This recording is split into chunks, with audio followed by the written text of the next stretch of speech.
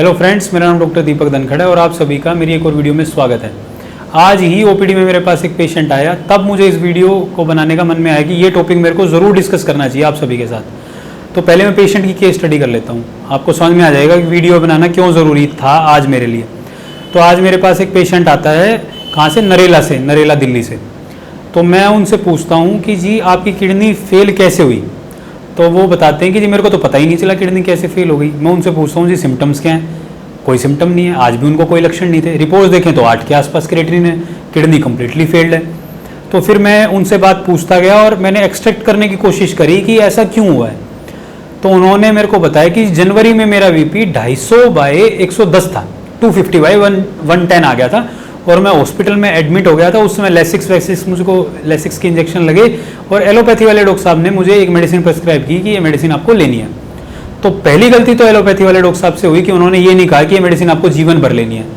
उन्होंने प्रिस्क्रिप्शन पर 1 मंथ की दवाई लिख के पेशेंट को घर भेज दिया और पेशेंट कोई डॉक्टर तो है नहीं, तो उसे पता नहीं कि ये दवाई कितने दिन की है। उसने प्रिस्क्रिप्शन पर देखा कि डॉक्टर साहब ने 30 दिन के लिए बोला है, 30 दिन की मेडिसिन उठा के लाया, लेनी शुरू की।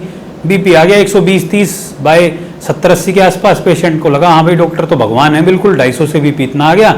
1 महीने की दवाई लिखी, 1 महीने शिद्दत से दवाई को फॉलो किया, उसके बाद बची हुई दवाई को फेंका और अपने काम पे लग गया, वापस अपनी ड्यूटी ज्वाइन कर ली और सब कुछ करने लगा। सिम्टम उसको 250 बीपी पर ही नहीं आ रहे थे तो उसको पता ही नहीं चला। डेली उसका बीपी बढ़ा रहता था, उसको पता चला ही नहीं। एक दिन उसको चक्कर आए, बेहोश हो गया, हॉस्पिटल गया, पता चला क्रिएटिनिन 8 है, हीमोग्लोबिन 6 है। वो हैरान हो गया कि किडनी की ना तो फैमिली में कोई हिस्ट्री है, ना आज तक फैमिली में किसी को किडनी कोई दिक्कत आई, ना आज तक मुझे फीवर आया, ना मैं कभी हॉस्पिटल में गया। इससे पहले एक बार बीपी के लिए एडमिट हुआ था, अब सीधा किडनी फेल हो गई।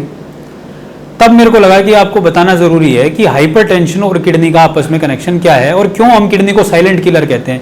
जैसे ये जो पेशेंट का केस मैंने आपसे डिस्कस किया, नरेला वाले पेशेंट का, इसके केस में तो बिल्कुल ये साइलेंट किलर रही है, आज भी कोई लक्षण नहीं है, किडनी पूरी फेल है। तो क्या होता है, बीपी और सीकेडी दोनों एक दूसरे के दुश्मन है। कैसे? जैसे मान लो आपका बीपी बढ़ेगा तो किडनी की फिल्टर सिस्टम को खराब करेगा, ग्लोमेरुलाई को खराब करेगा, नेफ्रॉन्स को डैमेज करेगा। तो क्या होगा, उससे किडनी और खराब होगी और फिर किडनी का रोल है आपके बीपी के मैनेजमेंट करने में, और किडनी जब खराब होगी तो बीपी और फर्दर मिसमैनेज होगा, उससे बीपी और बढ़ेगा तो किडनी को और डैमेज करेगा, उससे फिर किडनी और डैमेज होगी तो बीपी और कंट्रोल में आना कम हो जाएगा, फिर किडनी फिर डैमेज होगी। तो इसी से आप समझ गए होंगे कि ये दोनों एक दूसरे के दुश्मन है, बीपी किडनी का दुश्मन और किडनी बीपी की दुश्मन। तो जो मैंने अभी थोड़ी देर पहले आपको एग्जांपल दिया, अगर वो पेशेंट उस मेडिसिन को रेगुलरली आज तक खा रहा होता, ना तो उसकी किडनी खराब होती, ना उसको मेरे पास आना पड़ता। मेरे पास चाहे कोई पेशेंट आए चाहे ना आए, लेकिन वो बीपी को अपने अच्छे से मैनेज कर ले। 2 पेशेंट कम देख लेंगे लेकिन एडवाइस ठीक देनी चाहिए हमेशा। तो अगर आपको बीपी है तो पूरे जीवन आपको दवाई खानी है। मैं दोबारा रिपीट कर रहा हूँ, पूरे जीवन आपको मेडिसिन खानी है, बशर्ते आपका एलोपैथिक वाला डॉक्टर आपको या आपका आयुर्वेदिक डॉक्टर आपको ये ना कहे नहीं जी अब आपको नीड नहीं है, आप नहीं खाओगे। आप अपनी मर्जी से इस मेडिसिन को कभी भी बंद नहीं करोगे। नहीं, एंड ऑफ दी डे आप इतना पछताओगे, जहाँ पहले आपको 1-2 गोली खाने में दिक्कत हो रही थी, उसके बाद आप 20-20, 21-21 गोलियां खाओगे।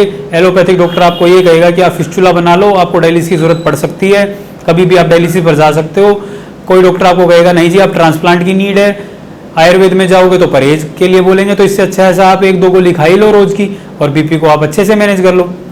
तो होपफुली इस वीडियो से आप समझ गए होंगे कि बीपी का मैनेजमेंट कितना क्रूशियल है एक आदमी के लिए और वो कितनी बुरी तरीके से उसकी लाइफ को खराब कर सकता है। तो आप सभी का इस वीडियो को देखने के लिए धन्यवाद। और अगर आप मेरे को कंसल्ट करना चाहते हो तो सैटरडे और संडे नजफगढ़ में मेरी ओपीडी होती है, सुबह 11 बजे से लेकर 5 बजे तक। आप मेरे को ऑफलाइन आके मिल सकते हो। क्लिनिक की लोकेशन आप हमारे क्लिनिक के व्हाट्सएप नंबर 9625400576 पर व्हाट्सएप करके डिमांड कर सकते हो। अगर आप आ नहीं सकते और फिर भी मेरे को दिखाना चाहते हो तो ऑनलाइन अपॉइंटमेंट का भी हमारे पास प्रोसीजर है। ऑनलाइन अपॉइंटमेंट बुक करने के लिए प्ले स्टोर पर हमारा ऐप है डॉक्टर दीपक धनखड़ के नाम से, आप उसको डाउनलोड करके वहाँ से अपॉइंटमेंट बुक कर सकते हो। अपॉइंटमेंट बुक करने के बाद आपको जूम मीटिंग पर एक टाइम अलॉट कर दिया जाएगा, उस समय आपकी मेरे से वीडियो कॉल पर बात होगी। आपकी पूरी रिपोर्ट्स और डिजीज लाइफस्टाइल सबको डिस्कस किया जाएगा और उसके अकॉर्डिंग जो भी डिजायर्ड मेडिसिन होंगी वो आपके पास डिस्पैच करा दी जाएंगी। अगर आप दिल्ली एनसीआर के हो तो मेडिसिन पोर्टर कर दी जाएंगी, अगर उससे बाहर के हो तो मेडिसिन आपके पास कुरियर कर दी जाएंगी। मेडिसिन के साथ आपके पास एक कस्टम डाइट चार्ट भी आएगा जिसको आपको बड़ी सीरियसली और रिगरसली फॉलो करना होगा। तो होपफुली इससे आप समझ चुके होंगे कि आपको मेरे से कैसे कंसल्ट करना है। आप सभी का इस वीडियो को देखने के लिए धन्यवाद।